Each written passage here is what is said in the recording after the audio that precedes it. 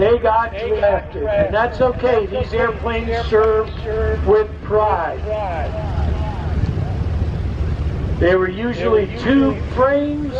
Occasionally there was wooden wings, although most were aluminum structures with fabric covering on them, making them very easy to repair in the field.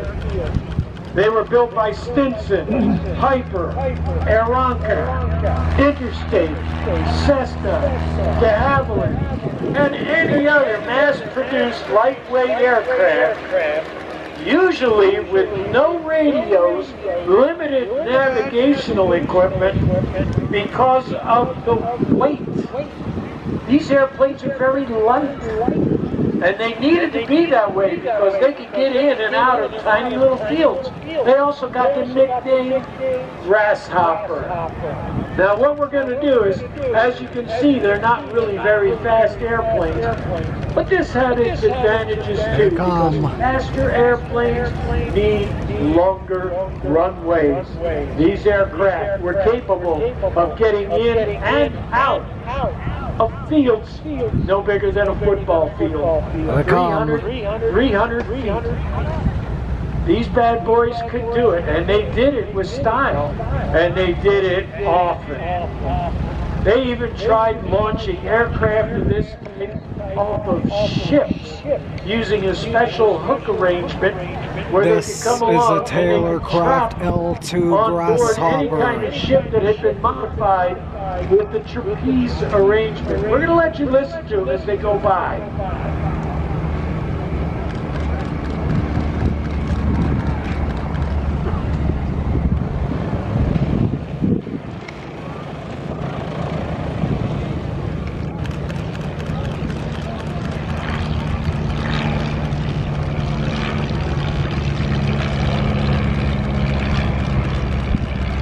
As you can see, they're not very fast. They're powered by small four-cylinder air-cooled engines. Built in Muskegon, Michigan. They're little flat pancake engines, we used to call them. They're now known as box engines.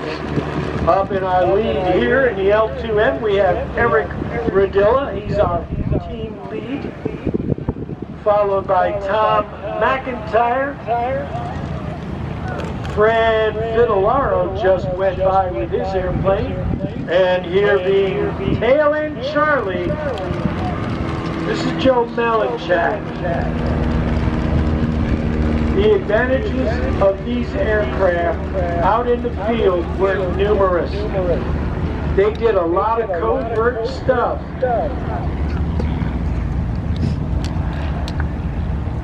They are also out there to help save lives as well. Believe it or not, helicopters did exist toward the end of World War II, but they weren't really as perfected as they are today. So in their place, we used L-birds. Now there's a guy out there who got a lot of notoriety as an L-bird pilot. And I'm talking about Bazooka Charlie. Many of you have heard the story before, but this man was definitely motivated. What he did was he took his L4 and he put 3 bazookas under each wing. Now the bazooka, for those of you who don't know, is an electrically fired weapon. It's got batteries in it, which works out really terrific because all you got to do is figure out a way to attach these things, and then you run the wiring into the cockpit, put a bunch of switches in there, and the next thing you know, you're packing. He called his airplane Rosie the Rocketeer, and his battlefield exploits won him a variety of nicknames. Bazooka Charlie was one, the Mad Major another, and of course, Lucky Carpenter. In 1944, he was a major, arrived in France, where his assignment was flying basically an L4, a Piper Cub, on reconnaissance missions in front of the 4th Armored Division of General George Patton's 3rd Army. Well, ignoring regulations against arming the tiny airplanes, Major Carpenter put bazookas on it and called his airplane Rosie the Rocketeer. Remember, the bazooka was actually a small RPG, rocket-propelled grenade, very effective at taking out tanks. So he sets his airplane up with this, and what does he do? He starts attacking German armor. He starts going after tanks. Here comes the next Well, he was threatened with court-martial, back on NASCAR but General racetrack. Patton himself heard about this and said, wait a minute. This guy's showing motivation above and beyond. General Patton not only stopped the disciplinary proceedings, but he awarded Primer. Major Carpenter, Bazooka Charlie, with a medal for bravery. The Army newspaper, Stars and Stripes, featured him and his exploits several times, as did papers as far-flung from the New York Sun to the London Times. He had mentioned that his idea of fighting a war was to attack, and then attack again. By the war's end, Bazooka Charlie had destroyed 6 German tanks. He also had participated in several ground fights. He'd land the airplane on the battlefield, grab his rifle, and join in with the ground troops. He also won a Silver Star, an Air Medal, and was promoted to Lieutenant Colonel. Now, according to whatever source that you look at, by the end of the war, Bazooka Charlie Carpenter had destroyed several German armored cars and immobilized at least 14 German tanks. He would be credited officially with taking out 2 Tiger I tanks from a total of 6 destroyed. He also participated in several combat actions.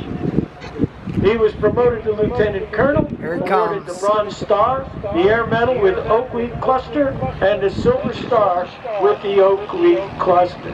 So just because you had a small airplane back then, it did not mean that you weren't effective.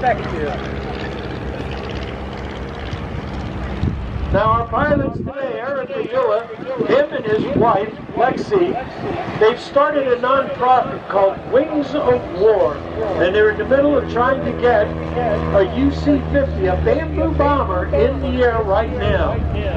Tom McIntyre, he's the owner of the airplane out there. It's actually a converted glider called a TG-6. The engine was added after the war. That's the second airplane out there.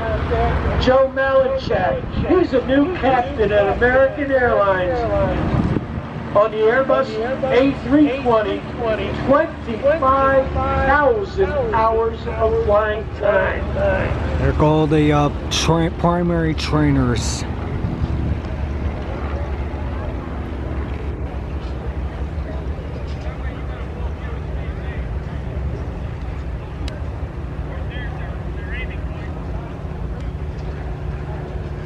So once again, these airplanes proved their worth more times than we can count. Don't forget, on the other side of the coin, the Germans had their observation plane, and Rommel had one too. He flew his own. Those of you might remember the Storch.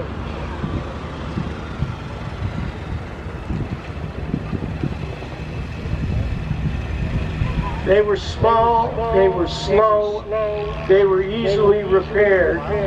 One of the other things the Germans learned quickly is that you do not fire on these aircraft, because the ones that did have a radio on board could call in artillery thus ruining the Germans' day.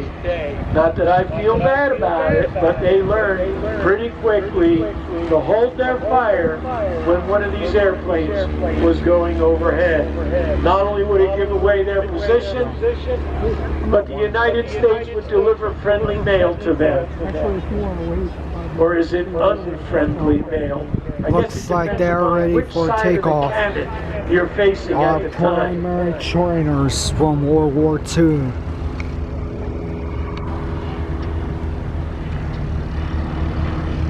Now these airplanes are very popular today with aircraft enthusiasts because of the fact that they're based